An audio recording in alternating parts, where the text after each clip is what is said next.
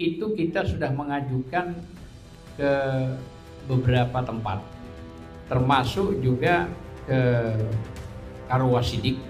Sudah ada tanda terima kita ya dari Karowasidik itu tanggal 26 bulan April ya sudah kita ajukan. Ini tanda buktinya ya. Terus selain daripada itu juga ke Kepala Kejaksaan Agung juga sudah diajukan dan ini tanda buktinya juga diterima. Mantan presiden kita ini jika dia tidak mengerti tentang Undang-Undang Informasi Publik, Keterbukaan Publik dan Undang-Undang Perlindungan Data Pribadi, ya siapa yang membisiki ini? Sehingga setiap orang yang bertanya itu harus dipolisikan begitu. Tapi Wapres kita itu mengikuti akun judi online. Bukan hanya satu, saya temukan 3. Kasus Brigadir Joshua Huta Barat yang sebelumnya dirilis oleh Barreskrim Mabes Polri sebagai kasus tembak, ternyata setelah ada reka ulang, otopsi ulang oleh institusi di luar institusi Polri, hasilnya apa?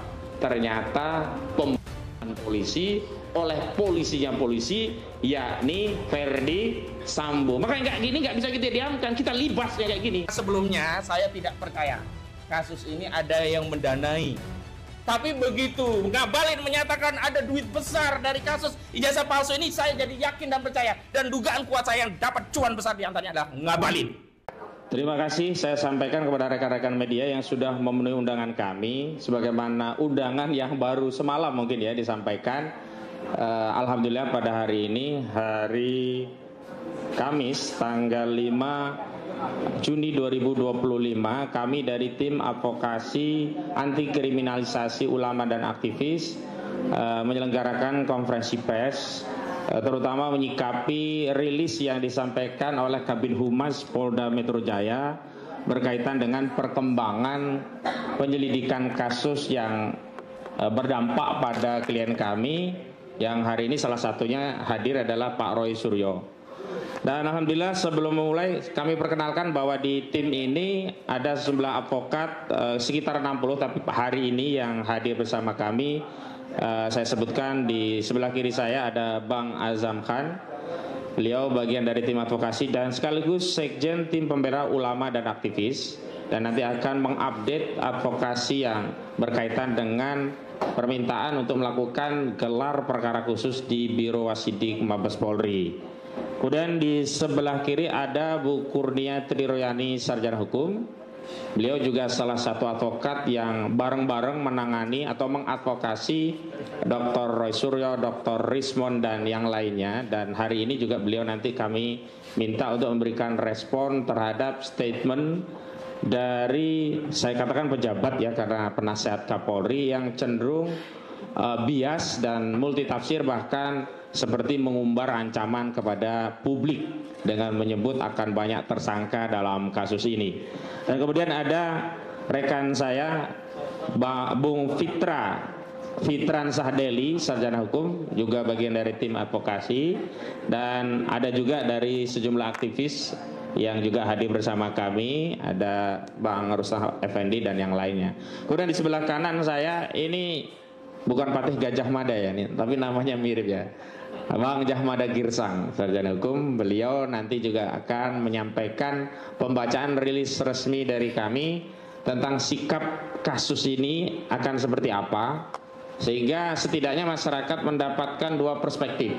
Tidak hanya dari versi Polda Metro Jaya atau Barreskrim Mabes Polri, tapi juga masyarakat bisa mendapatkan informasi versi kami yang kami memang mengalami, melihat ya, dan merasakan langsung, karena kami adalah tim advokasi yang mendampingi sejumlah pihak yang diundang oleh Polda Metro Jaya dalam surat undangan klarifikasi. Kemudian ini adalah artis kita, pejuang kita, Pak Roy Suryo Noto Diprojo. Beliau ini ya, aplausnya ya. Kidalang ya, bisa saja kita sebut beliau Kidalang, yang dengan sederhana mampu menjelaskan kepada kita apa sih perbedaannya identik dan tidak identik dikaitkan dengan 3 ijazah yang salah satunya milik Saudara Joko Widodo, yang kesimpulannya juga tidak identik ya. Makanya nanti kita ingin tahu kalau versi tidak identiknya Kidalang Roy Suryonoto di Projo itu kita jelas, gamblang, mudah paham. Tapi sampai hari ini ya tidak identiknya versi ya Direktur Tindak Pidana Umum Barreskrim Mabes Polri Brigjen Pol Juhandani Rorjopuro, sampai hari ini kita tidak tahu yang dimaksud identik tidak identiknya itu yang seperti apa gitu. Kemudian di sebelah kanan ada ya senior kita ya Bang Medi Juniarto, sarjana hukum, adalah bagian dari tim advokasi juga. Dan Bang Medi ini yang sudah sejak lama juga menyampaikan pandangan bahwa semestinya kasus di Polda ini tidak dilanjutkan atau ditunda, karena harusnya Polda Metro Jaya mematuhi Perma nomor 1 tahun 1956 yang intinya kalau masih bergulir gugatan perdata terkait sengketa hak, yakni hak atas ijazah tadi benar punya Jokowi atau bukan, apakah dia punya hak terhadap isi dari ijazah itu kan sedang dipersengketakan di dua pengadilan sekaligus. Yang pertama Pengadilan Negeri Surakarta, yang kedua di Pengadilan Negeri Sleman. Tapi ya karena logika kekuasaan itu kadang-kadang mengesampingkan ya hukum dan logika nalar sehat kita. Tetapi tetap kita sampaikan bahwa semestinya kasus ini ditunda sampai ada putusan pengadilan yang berkekuatan hukum tetap dari dua perkara perdata, dan mungkin juga akan ada perkara-perkara perdata lainnya. Kemudian yang kita anggap, kita tuakan dan sebagai Dewan Penasihat kita Dr. Ahmad Yani SHMA ya, Bang Yani selaku tuan rumah. Terima kasih Bang Yani sudah menyiapkan kantornya ya, saya and partner, yang hari ini kita bisa menyampaikan rilis pada kesempatan kali ini. Baik, saya mulai. Yang pertama kami ingin tegaskan bahwa dalam konteks penanganan perkara dugaan pidana pencemaran dan fitnah yang dilaporkan oleh Saudara Joko Widodo pada 30 April 2025 sampai hari ini tahapannya baru sebatas klarifikasi. Buktinya adalah klien-klien kami sampai hari ini belum pernah dipanggil oleh polisi sebagai saksi, belum pernah. Yang ada klien kami baru diundang. Jadi bunyi suratnya adalah undangan klarifikasi, bukan panggilan polisi. Sebab kalau mengacu KUHAP, prosesnya kan diawali panggilan 1, panggilan kedua, dan seterusnya. Jadi kami tegaskan bahwa hari ini proses yang sedang berjalan di Polda Metro Jaya itu belum jauh kemana-mana, baru klarifikasi. Dan kami sampaikan bahwa klarifikasi yang dimaksud itu pun belum memenuhi kualifikasi. Kenapa? Karena klien kami, terutama di Pak Roy Suryo, Pak Rizwan Hasiolan Sianipar, itu tidak pernah dijelaskan oleh penyidik peristiwa apakah yang disebutkan dalam undangan klarifikasi di 26 Maret 2025 sebagai dasar Saudara Joko Widodo membuat laporan polisi di Polda Metro Jaya. Makanya menjadi punya hak konstitusional, bahkan kewajiban hukum bagi klien kami Pak Roy dan Pak Rismon dan yang lainnya untuk tidak menjawab peristiwa yang tidak diketahui, dilihat dan dialami sendiri. Karena kalau kita dipanggil untuk dimintai keterangan sebagai saksi itu kan harus sesuai dengan apa yang dimaksud dalam ketentuan pasal 1 angka 26 KUHAP atau Kitab Undang-Undang Hukum Acara Pidana, bahwa saksi itu adalah orang yang melihat, mendengar dan mengalami sendiri sebuah peristiwa sehingga dia bisa menerangkan peristiwa itu kepada penyidik. Itu yang pertama. Yang kedua, kami juga harus tegaskan ada dua peristiwa hukum yang berbeda. Tidak boleh dikait-kaitkan. Ini berjalan masing-masing. Yang pertama adalah peristiwa Dumas atau aduan masyarakat yang disampaikan oleh tim pembela ulama dan aktivis di 6 Desember 2024. Yang kemudian ditingkatkan menjadi laporan informasi yang ditindaklanjuti dengan sejumlah undangan klarifikasi juga. Jadi klarifikasi Dumas di Barreskrim Mabes Polri itu berkaitan dengan adanya aduan dari tim pembela ulama dan aktivis yang ditandatangani oleh Profesor Dr. Egy Sujana SH MSI, juga sejumlah anggota yang lainnya, misalkan Pak Rizal Fadila juga ikut ya, kemudian Pak Azamkan selaku sekjen dan yang lainnya. Bahkan aktivis juga ikut mendampingi, Pak Rustam Effendi juga kan.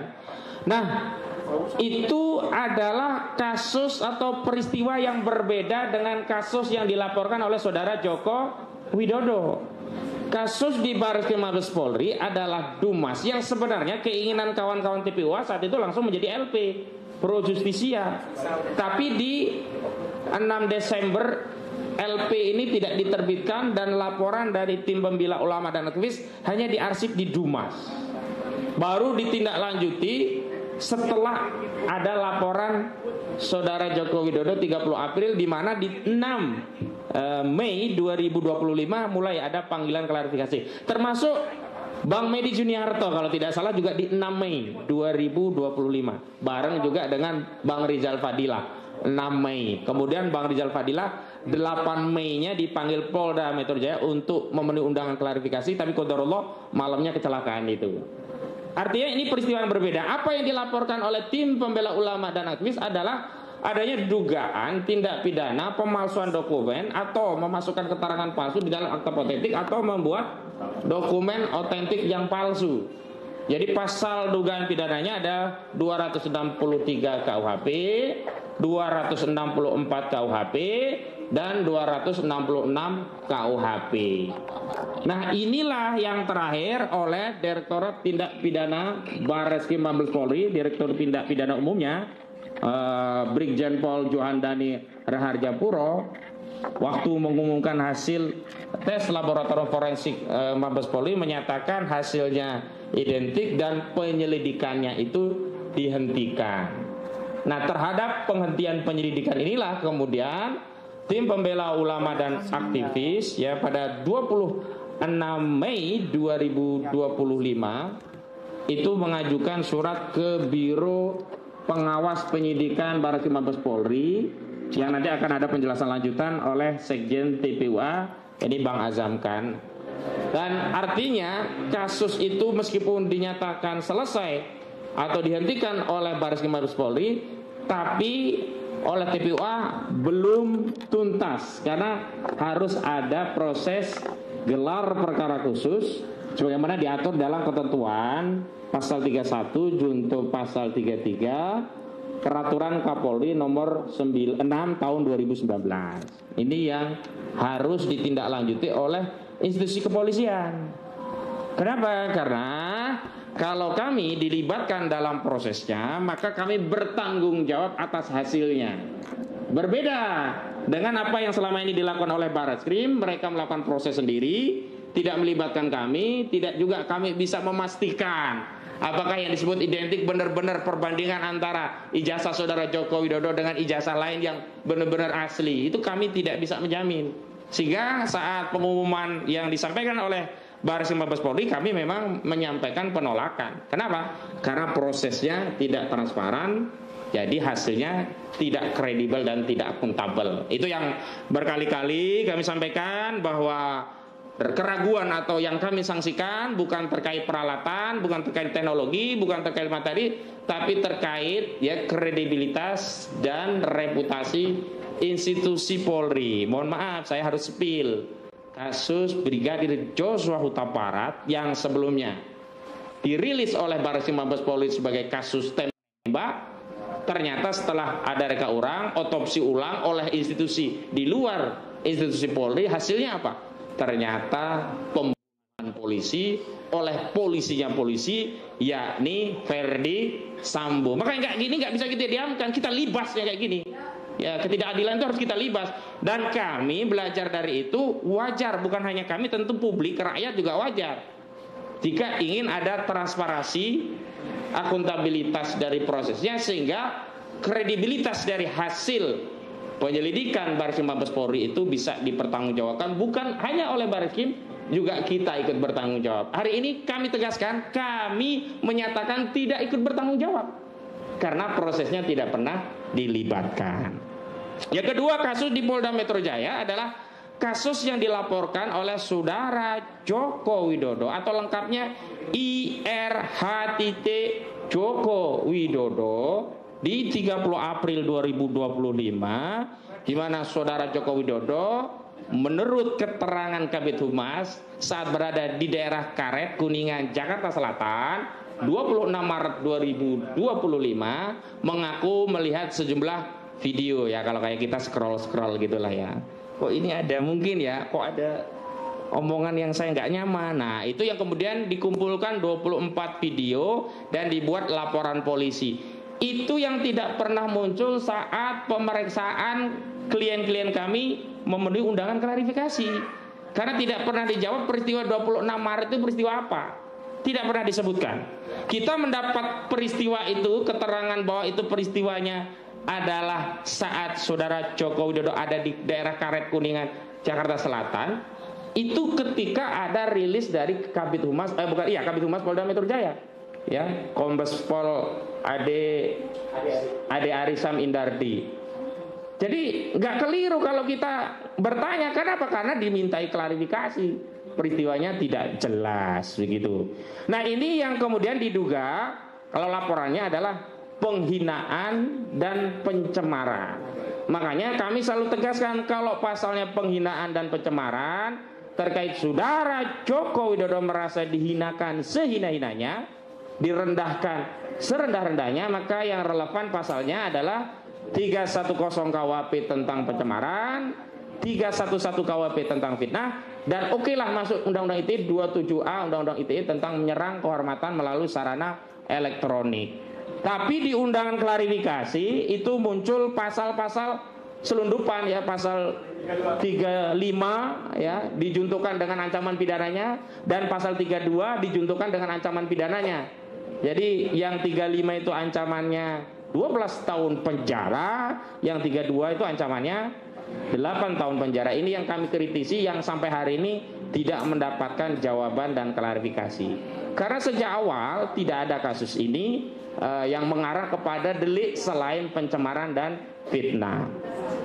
Kemudian saya juga mau kasih tahu, ternyata di luar Polda Metro Jaya di 30 April 2025 ada juga laporan. Walaupun sekali lagi saya tegaskan sampai hari ini klien kami belum memiliki status apapun selain pihak yang dimintai klarifikasi. Saya tegaskan sekali lagi, klien kami belum menyandang status apapun atau tidak memiliki status apapun kecuali diminta klarifikasi. Jadi kalau ada media yang menyatakan terlapornya atas nama A, B, C, D, saya katakan itu semuanya keliru, bohong. Kenapa? Justru acuan siapa yang terlapor itu adalah keterangan resmi dari penyidik. Saat penyidik memanggil klien kami dan sebelum terjadi proses mengambil keterangan untuk klarifikasi, itu ditanya, ini terlapornya siapa? Agar menjadi jelas. Kalau terlapornya ternyata saudara kita, kan kita boleh menolak untuk memberikan keterangan begitu. Ternyata terlapornya disebutkan baru dalam tahap penyelidikan. Ya, jadi nggak jelas. Kalau tahap penyelidikan ini juga ngeri-ngeri juga. Jadi saya ingat statement, nanti tolong dikomentari ya Bu Kurnia, dari penasihat Kapolri Irjen Pol Purnawirawan Arianto Sutadi, yang saya tegaskan saudara Arianto ini mengedarkan atau menebarkan ancaman kepada masyarakat dengan menyebutkan akan banyak tersangka dari kasus ini. Itu bukan wewenang saudara. Saudara bukan penyidik, bukan juga juru bicara dari penyidik, baik penyidik di Polda maupun di Barreskrim. Sehingga sebaiknya sebagai penasihat Kapolri, saudara menasihati Kapolri, bukan mengedar tudingan kepada masyarakat, mengedarkan kecemasan kepada masyarakat seolah-olah siapapun yang terlibat dalam pro kontra ijazah palsu saudara Jokowi, hati-hati bisa jadi tersangka. Ya, ini yang nanti akan didetailkan oleh Bu Kurnia Triroyani. Jadi saya lanjutkan, selain di Polda ada laporan yang lain, misalkan di Polres Jakarta Selatan dan Polres Jakarta Pusat. Ada dua entitas yang juga melaporkan perihal yang sama terkait ijazah palsu saudara Jokowi, tapi dengan judul pidana yang berbeda, bukan lagi pencemaran tapi menggunakan pasal penghasutan 160 KUHP, dan ini sudah masuk duluan sebelum saudara Joko Widodo memasukkan laporan di 30 April 2025. Tapi kemarin saya baca di media, kasus ini disatukan atau dikonsolidasi ke Polda Metro Jaya. Tapi kalau saya punya pendapat, ini sebenarnya bukan dikonsolidasi, sebenarnya memang tak layak ditindaklanjuti karena nggak relevan. Ini sama saja oleh Polres Jakarta Selatan, oleh Polres Jakarta Pusat, kasusnya ini ditolak. Ya, laporan dari Pemuda Patriot itu dan juga Pradi Bersatu sebenarnya secara substansi tidak layak Tapi ya kasihan kalau dibilang nanti ditolak, nggak layak, dikira nggak ngerti ya, bikin laporan polisi, ya dihibur lah. Bapak, kasus Bapak kita konsolidasi ke Polda, gitu kira-kira. Ya nggak apa-apa lah. Tapi saya ingin menegaskan, kasus ini sudah masuk pada proses yang masuk kategori lex spesialis. Dan dalam asas hukum dikenal kaidah lex spesialis derojat lex generalis. Lex spesialisnya adalah delik aduan saudara Joko Widodo yang menyatakan dirinya direndahkan serendah-rendahnya dan merasa dihina sehina-hinanya, maka pasal yang spesialis punya legal konstitusional untuk menyelidiki perkara ini hanya pasal 310 KUHP, 311 KUHP kalau ITE-nya hanya 27A Undang-Undang ITE. Maka dengan demikian seluruh laporan yang berkaitan dengan ijazah palsu, yang berkaitan dengan tuduhan apapun termasuk tuduhan pengasuhan itu tidak bernilai. Karena itu delik publik, delik umum. Nggak mungkin juga nanti karena kewenangan pengadilan berbeda nanti sidang misalnya Saudara Joko Widodo baru diadili sebagai saksi korban di Pengadilan Negeri Jakarta Selatan karena Polda Metro Jaya ada di Jakarta Selatan. Besoknya dipanggil hakim Pengadilan Negeri Jakarta Pusat berdasarkan laporan dari Polres Jakarta Pusat. Kan ini membingungkan gitu loh. Kasihan Pak Jokowi yang nanti dipanggil-panggil terus gitu loh. Diperiksa dari peradilan sini, peradilan yang lain. Fokus saja. Ya, saya minta penyidik fokus karena sudah ada lex spesialis, yakni saudara Jokowi, dan memang delik aduan yang berwenang untuk mengadukan komplain terhadap wibawanya, marwahnya tercederai hanyalah korban. Jadi nggak ada urusan itu dengan Peradi Bersatu, nggak ada urusan itu dengan apa satunya Patriot Nusantara, nggak ada urusan itu dengan apa yang mengatakan dirinya Reco, Proco, apalagi Reco dan yang lainnya. Itu soulmate ya, itu nggak punya nilai. Makanya ini hanya punya nilai apa bikin gaduh di masyarakat saja. Dia bukan Jokowi, dia bukan kuasa hukum Jokowi, dia tidak punya wewenang bertindak untuk dan atas nama Jokowi. Apa dasarnya dia bikin laporan polisi? Kecuali apa? Bikin gaduh. Ya, itu saya tegaskan, bikin gaduh begitu. Kalau di balik itu ada cuan ya tanyakan kepada mereka. Sebelumnya saya tidak percaya kasus ini ada yang mendanai. Tapi begitu Ngabalin menyatakan ada duit besar dari kasus ijazah palsu ini, saya jadi yakin dan percaya. Dan dugaan kuat saya yang dapat cuan besar diantaranya adalah Ngabalin. Jadi jangan tuduh-tuduh kita. Karena sebelumnya Ngabalin nggak pernah ngomong. Nah sekarang kenapa dia ngomong? Tanya itu, dapat duit nggak kamu Ngabalin? Nah, ya jangan buruk muka cermin dibelah, ya kan? Buruk muka tambal saja muka kamu sendiri ya. Jangan belah-belah cermin orang. Baik. Itu pengantar dari saya.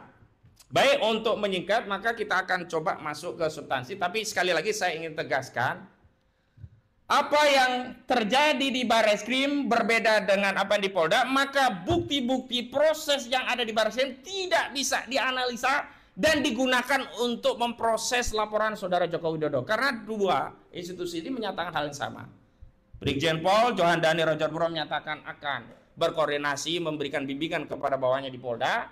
Polda juga katanya akan berkoordinasi menganalisa hasil lab 4 dari Barreskrim Mabes Polri untuk menangani kasus saudara Joko Widodo. Makanya kalau mau fair, tidak menggunakan hasil yang sudah dilakukan oleh Barreskrim, harus menggunakan hasil penyelidikan sendiri oleh Polda Metro Jaya. Makanya kami sudah lama melalui Bang Petrus Celestino selaku koordinator litigasi ya di tim kami meminta agar apa? Ijazah saudara Joko Widodo disita sebagai barang bukti, dianalisa di situ. Dan nanti kalau waktu gelar perkara di kasus laporan saudara Joko Widodo, kami selaku pihak yang berkepentingan harus ya dilibatkan. Baru nanti kita bisa lihat mana sih ijazah Jokowi. Oh ini toh ijazah Jokowi misalnya begitu. Kita bisa ngelihat. Jadi yang melihat meraba menerawang bukan hanya kuasa hukum Jokowi, kan katanya kuasa hukum Jokowi meyakini itu asli karena sudah melihat meraba dan menerawang. Saya kira ini kayak uang gopean aja ya, melihat, meraba, menerawang. Jadi metode meyakini ijazah itu asli disamakan dengan metode ngecek uang itu asli atau palsu gitu. Jadi itu kami menyatakan menolak hasil dari Barreskrim digunakan untuk proses di Polda Metro Jaya karena berbeda. Di Barreskrim itu awalnya Dumas, laporan informasi ditindaklanjuti dengan klarifikasi. Di Polda Metro Jaya langsung LP Pro Justisia ditindaklanjuti dengan surat perintah penyelidikan dan terakhir ditindaklanjuti dengan mengundang sejumlah pihak untuk melakukan klarifikasi. Ada satu contoh ya yang saya unggah dalam artikel adalah kasusnya Setia Novanto. Awalnya kan dia ditetapkan tersangka berdasarkan sprindik pihak lainnya, keterangan saksi lainnya. Nggak bisa, karena apa? Kasus orang itu ya satu-satu, nggak bisa. Berkas satunya dipakai berkas orang lain, nggak bisa. Akhirnya kan saat itu diperadilankan dan batal. Terus diterbitkan sprindik baru. Saya tidak mau menyatakan nanti akan kami pra-peradilan, itu hal yang lain. Tapi sebenarnya kita ini sebenarnya kita seluruh rakyat pengen transparansi, pengen segera masalah ini selesai. Jenuh ngomongin ijazah palsu terus terang. Gak dapat duit kita ini. Jangan dibilang ngabelin kita ini proyek-proyek. Kalau ngabalin dugaan kuat saya dapat ya duit ya. Iya ya. Tapi kita ingin jawaban, dan sebenarnya saya dalam sebuah rilis media kami sampaikan bahwa kalau secara objektif ini kan diserahkan secara hukum, tapi secara subjektif sebenarnya Saudara Joko Widodo bisa mengambil sikap subjektif dengan bersikap negarawan, perwira, kesatria, menunjukkan ijazahnya selesai. Tapi kalau ternyata ijazahnya memang bermasalah, ya saya pun dalam posisi itu takut menunjukkan ijazah itu. Baik, itu saja dari saya. Selanjutnya yang kedua, kita akan bacakan dulu rilis resmi dari kami. Nanti rilis ini akan kami edarkan media, boleh dikutip seluruhnya atau sebagian, dan pembacanya akan disampaikan oleh Bang Jahmada Girsang. Kepada Bang Jahmada Girsang dipersilakan. Terima kasih rekan. Untuk lengkapnya agar ini tertib, kami akan bacakan press release ya yang disampaikan oleh rekan Koji tadi, agar hal ini bisa terkoordinir dengan baik dan dibaca oleh halayak ramai. Laporan polisi dugaan penyamaran dan fitnah yang diajukan Saudara Joko Widodo di Polda Metro Jaya baru sebatas undangan klarifikasi seperti yang dinyatakan oleh tadi rekan Koji. Sehubungan dengan keterangan yang disampaikan oleh Kepala Bidang Hubungan Masyarakat Polda Metro Jaya, Kombes Adi Ari Syam Indradi, yang mengatakan telah 29 saksi yang diperiksa terkait kasus fitnah ijazah palsu Joko Widodo, Kamis 22 Mei yang lalu. Tim advokasi anti kriminalisasi akademis dan aktivis selanjutnya cukup disebut tim advokasi, menyampaikan sikap dan tanggapan sebagai berikut. Ada 4 poin. Pertama, tim advokasi menegaskan kepada publik dan kepada aparat kepolisian bahwa tahapan pemeriksaan kasus yang dilaporkan oleh Saudara Joko Widodo baru sampai pada tahap klarifikasi. Jangan lupa, klarifikasi itu penting. Hal ini dibuktikan dengan adanya undangan klarifikasi kepada sejumlah pihak, termasuk yang diajukan kepada Pak Roy Suryo, Resmen Syanipar, Rizal Fadilah, Kurnia Triyorani, Tauzia, ya Ibu Tifa lah yang terkenal ya, Tias Syuma, Damai Hari Lubis, Rustam Effendi, hingga rekan Egy Sujana. Sampai saat ini belum ada satu pun panggilan polisi yang ditujukan kepada sejumlah pihak, khususnya kepada pihak-pihak yang telah dilakukan klarifikasi tersebut melalui undangan klarifikasi yang diterbitkan oleh Polda Metro Jaya. Maksudnya belum ada panggilan kelanjutan. Ini baru undangan. Sejujurnya undangan boleh hadir, boleh tidak, kan namanya juga undangan. Kedua, tim advokasi menegaskan kepada publik dan kepada aparat kepolisian bahwa penyidikan kepada aduan masyarakat Dumasti Direktorat Tindak Pidana Umum Barreskrim Polri yang diadukan oleh TPUA berbeda dengan penyidikan perkara polisi LP Saudara Joko Widodo di Reskrimum Polda Metro Jaya. Dasar hukum proses Barreskrim adalah Dumas di TPUA tanggal 6 Desember 2004 yang ditingkatkan menjadi laporan informasi nomor LI 39 dan seterusnya di Tipidum pada tanggal 9 April 2025. Atas nama pengadu Profesor Dr. Egy Sujana SH MSI. Dan kemudian diterbitkan surat perintah penyidikan nomor SP Lidik 1007 dan seterusnya di Tipidum pada tanggal 10 April 2025. Adalah penyelidikan perkara dugaan pidana pemalsuan dokumen, pemalsuan akta otentik, dan memalsukan keterangan palsu ke dalam akta otentik sebagaimana dimaksud dalam pasal 263, 264 dan pasal 266 KUHP. Itu pasalnya. Adapun dasar proses di Polda Metro Jaya adalah laporan Saudara Joko Widodo nomor LP-B 2831/4/2025 SPKT Polda Metro Jaya tanggal 30 April dan kemudian diterbitkan surat perintah penyidikan nomor SP Lidik /4-4/114/2025 Dirtipidum Polda Metro Jaya tanggal 30 April adalah penyelidikan perkara dugaan pencemaran nama baik dan fitnah sebagai dimaksud dalam pasal 310, 311 dan pasal 27A Undang-Undang ITE. Karena itu, tim advokasi menegaskan bahwa seluruh proses dan bukti dalam penyidikan dugaan pidana di Barreskrim Polri tidak dapat digunakan memproses dugaan tindak pidana pencemaran nama baik atau fitnah yang saat ini perkaranya diselidiki Polda Metro Jaya.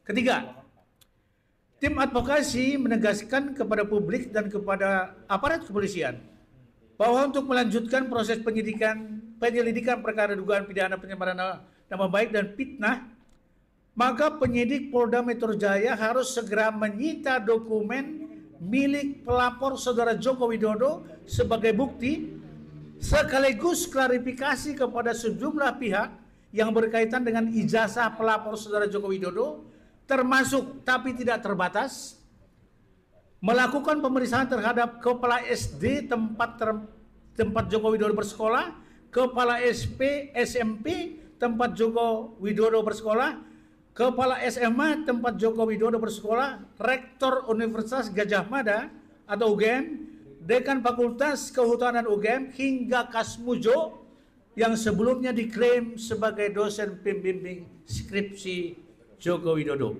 Keempat, tim advokasi menegaskan kepada publik dan kepada aparat kepolisian bahwa kasus dugaan pidana pemalsuan dokumen ijazah palsu Joko Widodo, pemalsuan akta otentik dan pemalsuan keterangan palsu ke dalam otentik sebagaimana dimaksud dalam pasal 263 KUHP, 264 dan 266 KUHP yang dilaporkan oleh TPUA belum tuntas dan tidak dapat dihentikan secara sepihak oleh Barreskrim Polri. Karena TPUA sedang mengajukan permohonan gelar perkara khusus melalui Biro Pengawasan Penyidik Polri atau Biro Wasidik. Karena itu, semua pihak diminta untuk bersabar hingga terselenggara proses gelar perkara khusus nanti. Dihimbau agar tidak gegabah menyampaikan pernyataan bersifat prematur dan yang simpang siur. Oleh sebab itu, kita konsentrasi kepada press release yang diturunkan oleh tim advokasi hari ini. Demikian rilis media sampaikan Jakarta 5 Juni 2025, tim advokasi anti kriminalisasi akademis dan aktivis. Terima kasih, rekan Roji.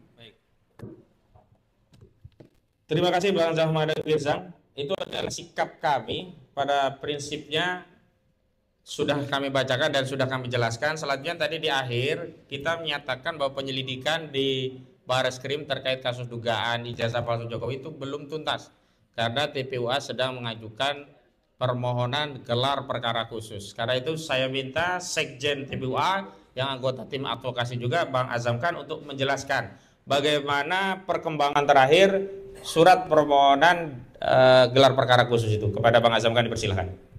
Terima kasih. Bismillahirrahmanirrahim. Assalamualaikum warahmatullahi wabarakatuh. Assalamualaikum. Sebelum masuk pada tadi yang disampaikan oleh koordinator Mas Burhanuddin, jadi saya akan menjelaskan begini, bahwa Bang Egy itu, Profesor Egy itu sebenarnya berkeinginan dia melakukan LP, tapi diarahkan ya kurang lebih ke Dumas. Ya oke, nggak apa-apa. Dan itu terjadi tanggal 9 Desember 2024. Nah, di tanggal 20 Maret itu mengajukan tambahan alat bukti. Terlampir flash disk 7 video tanggal 20 Maret. Tanggal 7 April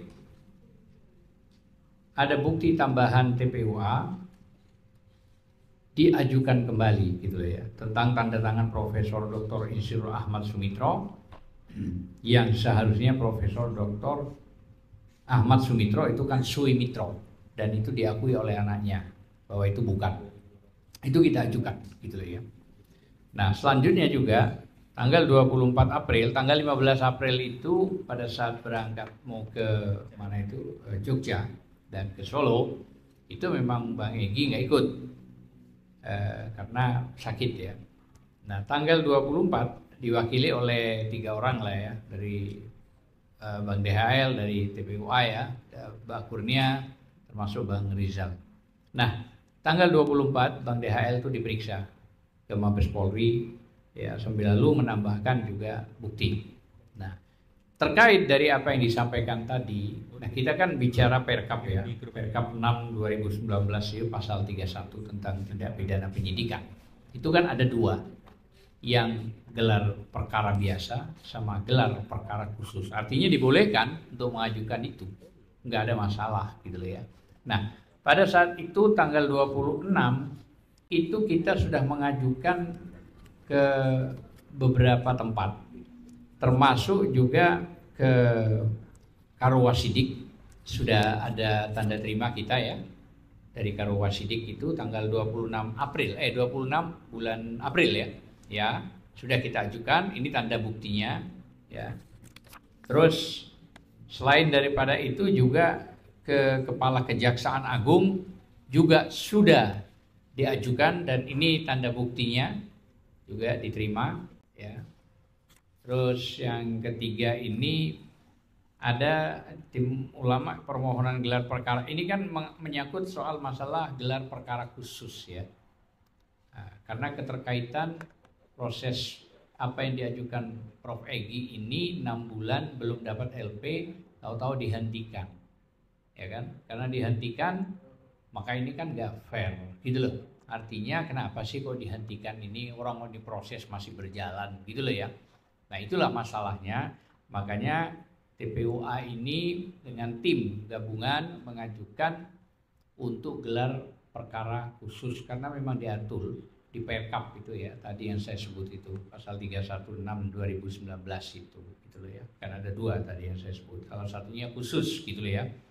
Nah, ini juga sudah dapat kita juga tanda terima dari Komisi Kepolisian Nasional, Kompolnas ya, sudah juga dapat tanda terimanya gitu ya. Dan termasuk juga ini sudah kita dapat dari Kabareskrimnya ya, sudah dapat juga, dan dari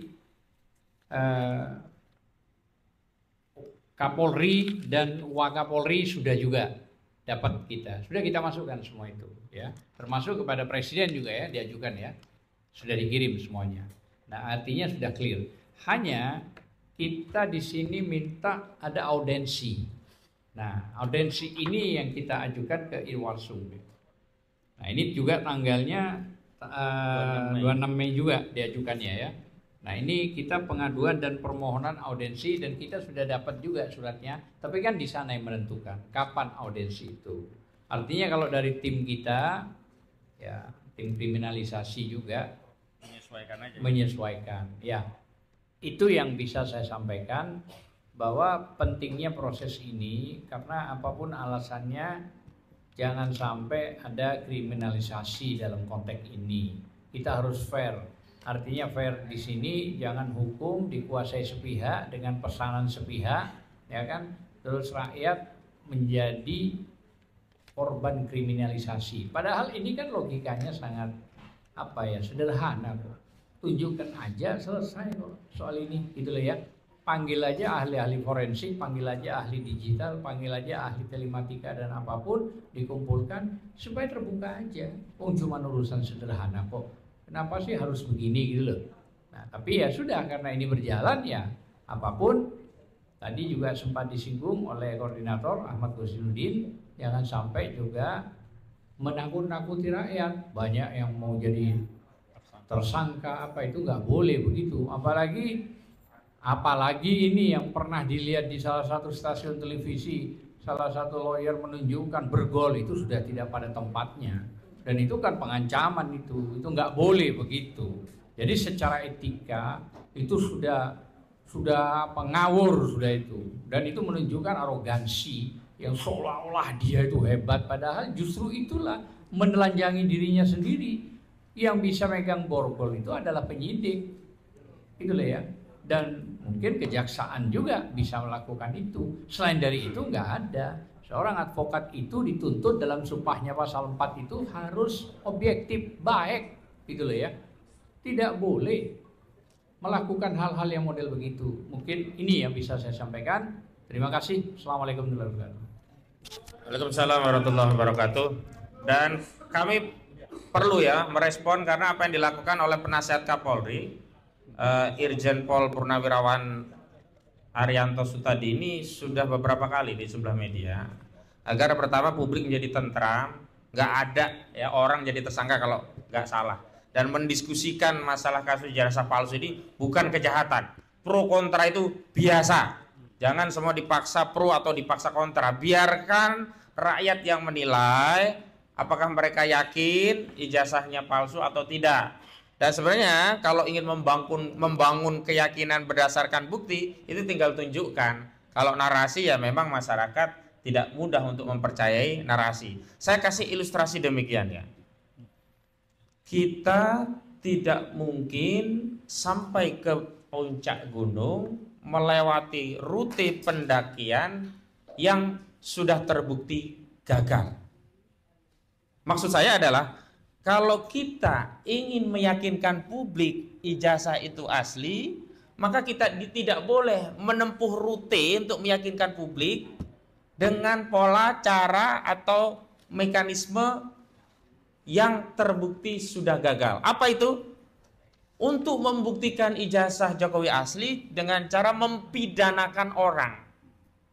Ini sudah terbukti kasus Bambang Tri dan Gus Nur, itu kan dipidana. Harapannya kan publik menjadi yakin, oh ijazah Jokowi kan asli. Apa buktinya? Gus Dur, Bambang Tri di penjara. Kan nggak nyambung dan nggak bisa memberi keyakinan. Maka hari ini jangan mengambil rute itu untuk kedua kalinya, itu udah gagal.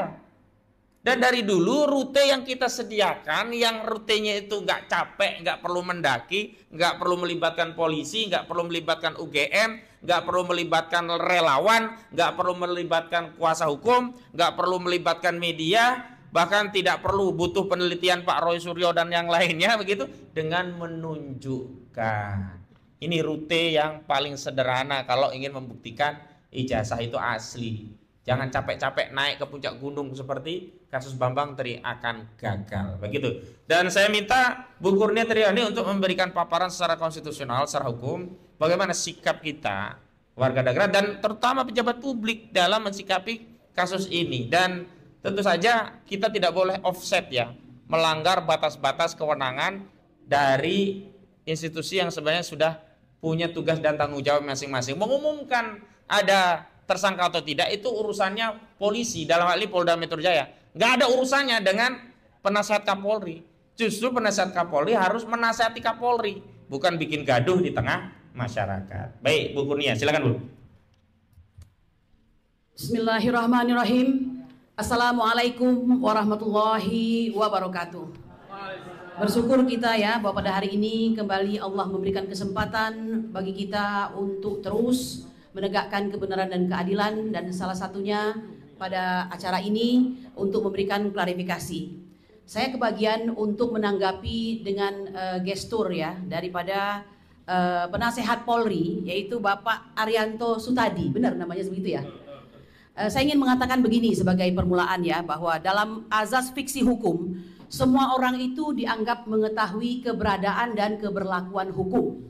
Tidak peduli apakah dia tamatan UGM atau tidak, ataukah dia hanya tamat SD, SMP, dan SMA. Tapi semua orang dianggap mengetahui hukum. Ya. Nah dalam hal ini, apabila ada rakyat yang menginginkan untuk mengetahui suatu informasi publik, let's say itu adalah ijazah daripada pemimpinnya barangkali yang sedang dipermasalahkan, maka ini sebenarnya bukanlah suatu hal yang merupakan perbuatan kriminal ya. Ini adalah hak konstitusi.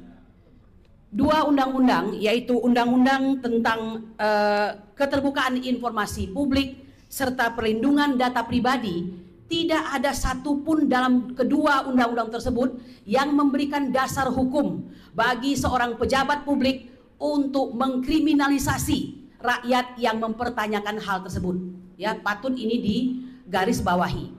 Nah, oleh karena itu, kami ingin mengatakan, terkadang kita bertanya, siapa yang sesungguhnya membisiki mantan presiden kita ini jika dia tidak mengerti tentang Undang-Undang Informasi Publik, Keterbukaan Publik, dan Undang-Undang Perlindungan Data Pribadi, ya, siapa yang membisiki ini? Sehingga setiap orang yang bertanya itu harus dipolisikan, begitu. Patut kita pertanyakan ini. Nah, mengenai Bapak Arianto Sutadi ini, memang kalau kita tonton ya acara debat, kemudian diskusi di televisi, ini apa yang beliau sampaikan ini menyakiti hati rakyat. Maka jangankan saya sebagai kuasa hukum atau mungkin sebagai terlapor ya, saya sebagai rakyat Indonesia pembayar pajak tidak sudi mendengarkan keterangan yang demikian itu.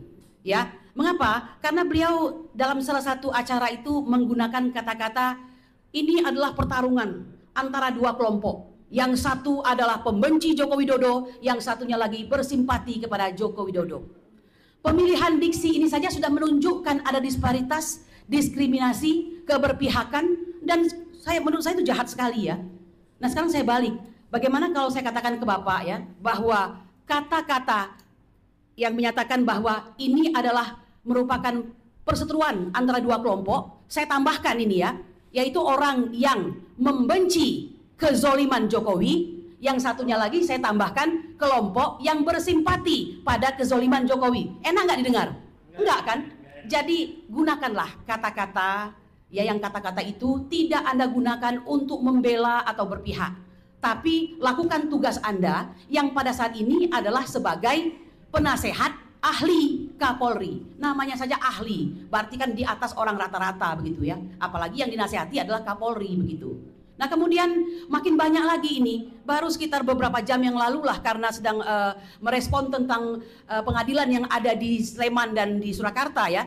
Beliau dengan sangat lincah mengatakan bahwa ini akan ada banyak tersangka. Karena di Polda nanti itu tentang bukan hanya soal pencemaran nama baik dan fitnah, tapi juga tentang provokasi serta penghasutan. Ini Bapak sebenarnya paham atau tidak masalah ini? Ya, Anda dalami dulu, baru Anda sampaikan di Polda itu apa urusannya, begitu ya. Jangan kebencian Anda kepada suatu kaum itu membuat Anda ngawur dalam memberikan informasi kepada masyarakat Indonesia. Apalagi kapasitas Anda adalah sebagai staf ahli Kapolri. Ya, Bapak Ibu sekalian, narasi yang paling sering kita dengarkan lagi, kelompok-kelompok yang dia sebut dengan pembenci Jokowi itu adalah kelompok yang dia sebut dengan HTI, FPI, gerombolan sakit hati karena kalah pilpres dan sebagainya. Ayolah Pak, ya jangan Anda gunakan kata-kata tersebut, karena itu akan semakin mendowngrade Anda yang sudah pada level ahli tadi begitu. Ya, ini yang perlu saya sampaikan. Akan tetapi Bapak Ibu sekalian, saya tidak bisa berharap banyak. Ya, jadi mohon maaf kalau kami akhirnya berpendapat bahwa pernyataan Bapak Arianto Sutadi sebagai staf ahli Kapolri itu tidak lepas kaitannya dan harus dipahami bahwa beliau ini sebagai purnawirawan Pati ya, perwira tinggi Polri yang juga duduk sebagai pimpinan Polri. Ya, tentu saja ya, barangkali beliau berpihak kepada kepentingan Polri saat ini. Jadi jangan sampai kami akan berprasangka dan praduga buruk bahwa kita tahu Polri hari ini adalah Kapolri yang terlama menjabat posisinya, dan beliau itu siapa, nanti saya jadi salah lagi ngomongnya ini ya. Tetapi itu adalah fakta di masyarakat yang tidak bisa dibantah, tapi mungkin tidak banyak orang mampu mengatakannya. Nah, jadi kami tahu bahwa beliau tidak akan dalam hal ini ya, melihat dari beberapa statementnya di media massa, akan membela atau adil dalam hal ini. Nah, oleh karena itu fungsi daripada klarifikasi hari ini saya kira banyak gunanya ya untuk Bapak Arianto Sutadi membenah diri agar besok kalau tampil lagi di televisi, tampillah sebagai bayangkari negara ya, bukan bayangkari seseorang. Saya kira demikian ya. Jadi begitu Bang Ahmad Kosinudin yang bisa saya sampaikan ya. Nah, sekali lagi saya ingin menyampaikan bahwa sudah selayaknya presiden, mantan presiden, yaitu orang yang sesungguhnya adalah orang yang bukan orang biasa. Ya, beliau itu tetap dalam hidupnya akan terus menyandang orang yang luar biasa. Apa buktinya bahwa beliau orang luar biasa? Setelah beliau tidak lagi menjabat sebagai presiden, bukankah beliau berhak mendapat gaji yang disebut dengan pensiunnya itu ya?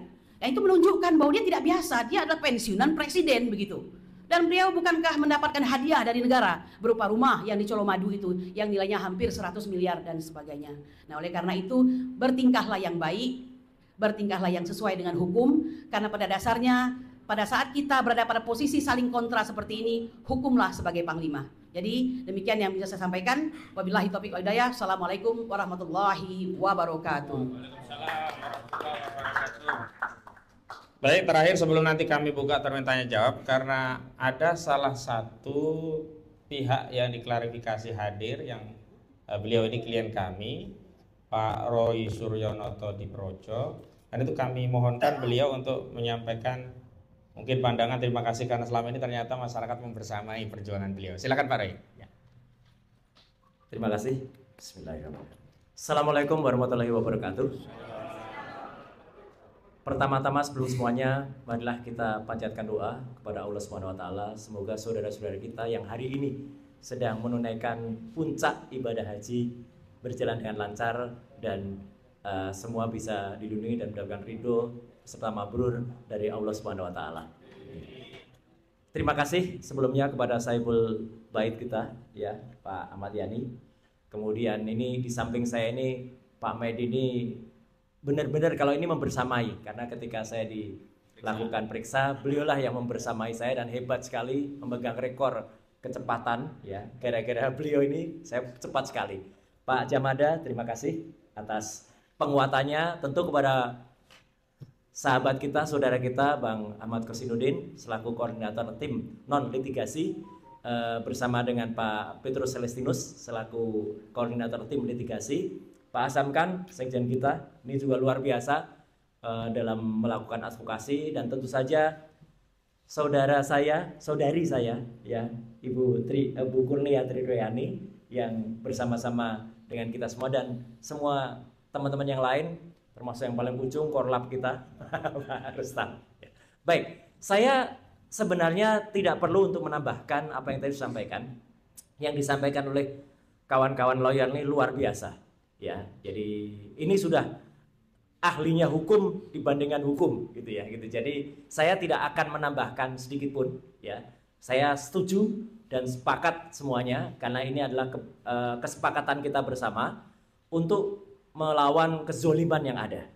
Jadi artinya kalau tadi Ibu Kurnia Tridayani menyampaikan sebenarnya ini ada dua kelompok yang membela orang yang zolim dengan kelompok yang mengutamakan kejujuran. Setuju tidak? Setuju. Nah, itu aja yang dipakai. Jadi kalau mau diadu domba, tapi sebenarnya kita tidak mau diadu domba. Baik oleh Pak Arianto ya, sayang banget ya, beliau itu bintang 2 kepolisian tapi statementnya kayak gitu, atau yang berlagak menjadi polisi kemarin. Ya itu Baba Borgol. Ya gitu. Tapi nggak usah lah ditanggapi kayak gitu ya. Itu membakin semakin besar nanti kepalanya ya. Ngabalin juga.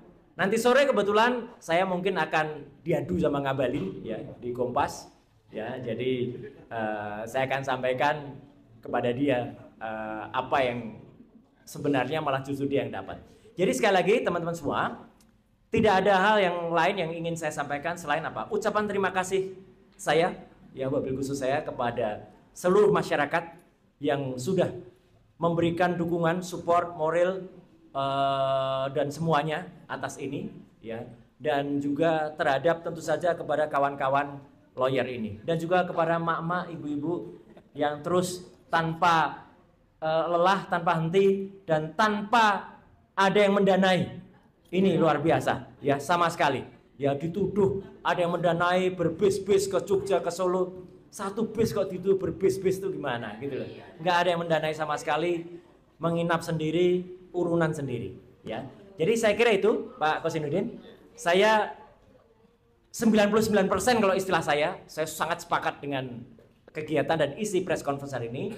Kalau istilahnya Bang Respon 11.000 triliun gitu ya, setuju dengan acara hari ini.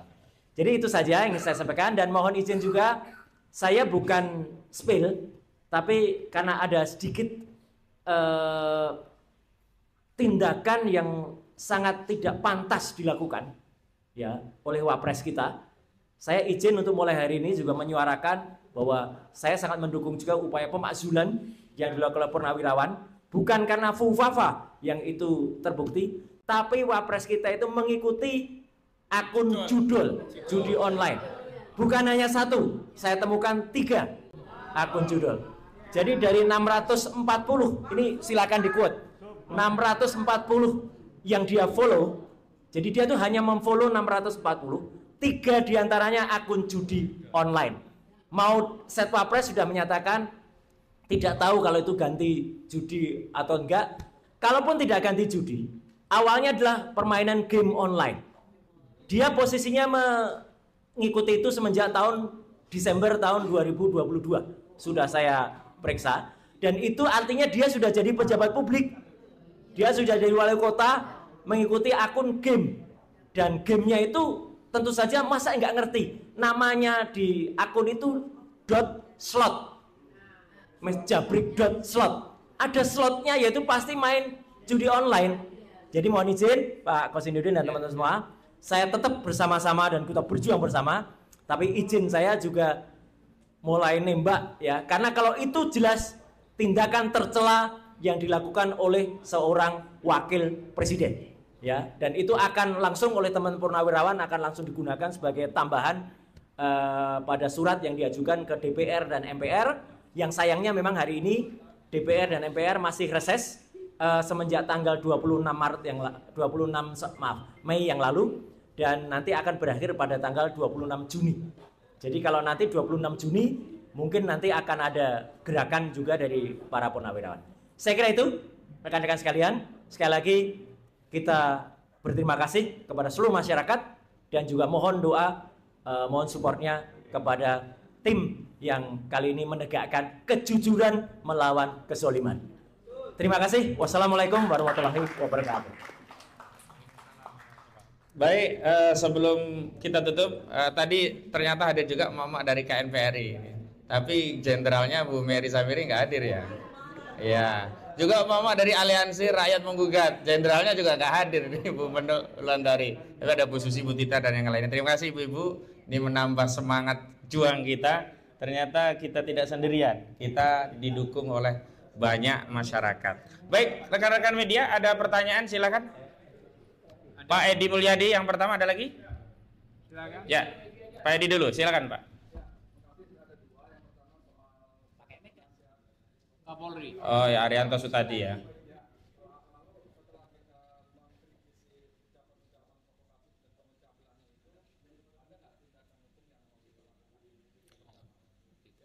Yang kedua,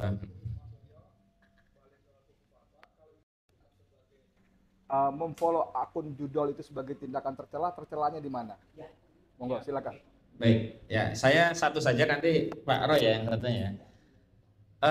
Semangatnya kenapa kami kompres dan menyampaikan itu, dan saya minta juga Bu Kurnia menyampaikan nasihat atau kritik kepada Pak Arianto tadi, itu semangatnya adalah amar ma'ruf nahi mungkar, mengingatkan. Lalu apa tindakannya setelah itu? Ya kita lihat.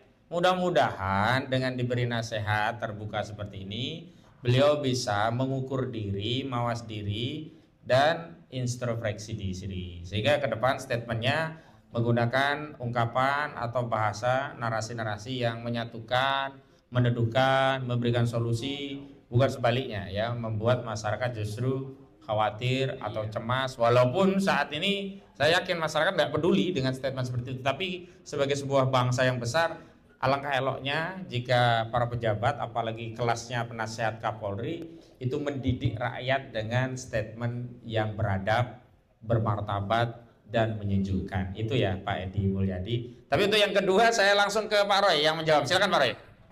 Ya. Baik, terima kasih. Jadi Bapak dan Ibu, saya jawabnya singkat saja.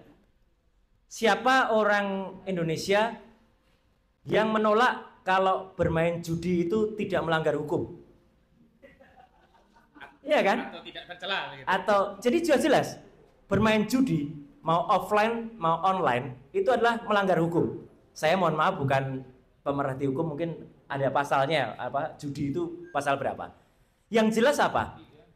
Dia memfollow akun Instagram resmi dia, Gibran Rakabuming, itu memfollow akun judi online. Dan artinya dengan memfollow Instagram akun judi online, dia harus sadar bahwa yang di-follow itu adalah pelanggaran hukum. Jelas sudah.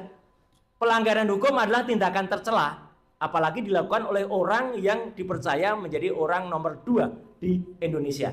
Jadi terima kasih Pak Jamada. Setidaknya orang judi online itu melanggar pasal 303 KUHP dan melanggar pasal mengatur tentang perjudian yang dapat diancam dengan pidana penjara paling lama 10 bulan dan atau denda. Seberapa bulan pun ya, itu adalah pelanggaran yang dilakukan oleh pejabat negara. Dan tidak hanya satu akun Instagram yang di-follow tentang judi. Kemarin yang terungkap baru 1. Saya sudah membedah semalam 3 yang di-follow oleh dia. Jadi kalau semua orang dianggap mengerti hukum, apalagi seorang wakil presiden, dia harus lebih mengerti hukum. Dan ini sudah dijawab oleh Sekretariat Wapres. Katanya tidak tahu kalau itu akun judi online. Karena sudah berubah, itu tadinya game online. Come on, game online itu namanya tidak ada slotnya. Kalau ada slotnya, itu jelas. Dan dia sudah, saya ulangi sekali lagi, dia sudah mengikuti akun itu semenjak bulan Desember tahun 2022. Hari ini memang sudah di-unfollow. Tapi masih ada 1 yang lupa, dia belum unfollow hari ini. Ya. Setelah ini mungkin ya. Setelah ini mungkin dia. Jadi sekali lagi itu, Pak Edi, saya tidak terima kasih Pak Jamada tadi sudah diinfokan. Tapi saya kira pasalnya bukan hanya itulah. Ya, karena pasal untuk pemakzulan itu ada ya, pasal 7 atau apa itu yang nanti akan, dan ini sekaligus support kita, gantian kita support kepada senior-senior kita di Purnawirawan TNI, Forum Komunikasi Purnawirawan, agar ini menjadi hal. Jadi kalau kemarin dikatakan, oh itu kan sudah lewat, yang MK 90 sudah lewat, FUFAFA juga sudah lewat. Lah ini baru dilakukan dia, jadi existing dia ketika menjadi wali kota dan setelah menjadi wakil presiden. Terima kasih. Assalamualaikum warahmatullahi wabarakatuh. Jadi kalau untuk pasalnya Bang Edi itu terkenal, ada geng Sambo dulu kan konsorsium 303 itu judi begitu. Dan memang di pasal 7A Undang-Undang Dasar 1945 sebagai salah satu syarat pemakzulan presiden dan wakil presiden itu diatur tentang perbuatan tercela. Ya kita lihat nanti DPR MPR seperti apa. Kita dukung Purnawirawan Prajurit TNI yang sudah menyatakan 8 poin sikap, yang salah satunya adalah agar Saudara Gibran Rakabuming Raka dimakzulkan. Ada lagi yang lain? Ada? Yang lain? Ya, Ibu, silakan Bu. Enggak, satu lagi. Siapa? Oh, ya, silakan.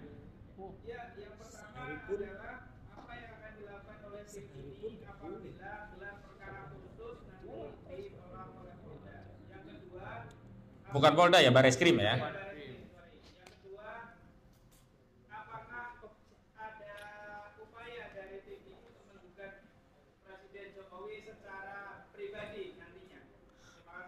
Baik, oke. Yang pertama memang untuk dapat dilakukan gelar perkara khusus itu harus atas perintah atasan penyidik. Dalam hal ini pengawas penyidik, yakni Biro Pengawas Penyidik Bareskrim Mabes Polri. Dan karena itulah kami meminta agar dilakukan gelar perkara khusus. Tapi bagaimana kalau tidak dilakukan? Nah, jalan yang mungkin kami tempuh diantaranya opsinya adalah menggugat secara perdata perbuatan melawan hukum sejumlah pihak, baik Bareskrim, baik Biro Wasidik, Kapolri, termasuk Joko Widodo, termasuk UGM, termasuk Dekan Fakultas Kehutanan UGM, termasuk Pak Kasbujo, agar kita kalau nggak bisa digelar perkara di Mabes Polri, kita gelar perkara di pengadilan negeri. Setuju? Ya, itu sekaligus menjawab pertanyaan kedua. Oke ya, cukup demikian. Terima kasih atas atensinya. Kurang lebihnya mohon maaf. Wassalamualaikum warahmatullahi wabarakatuh.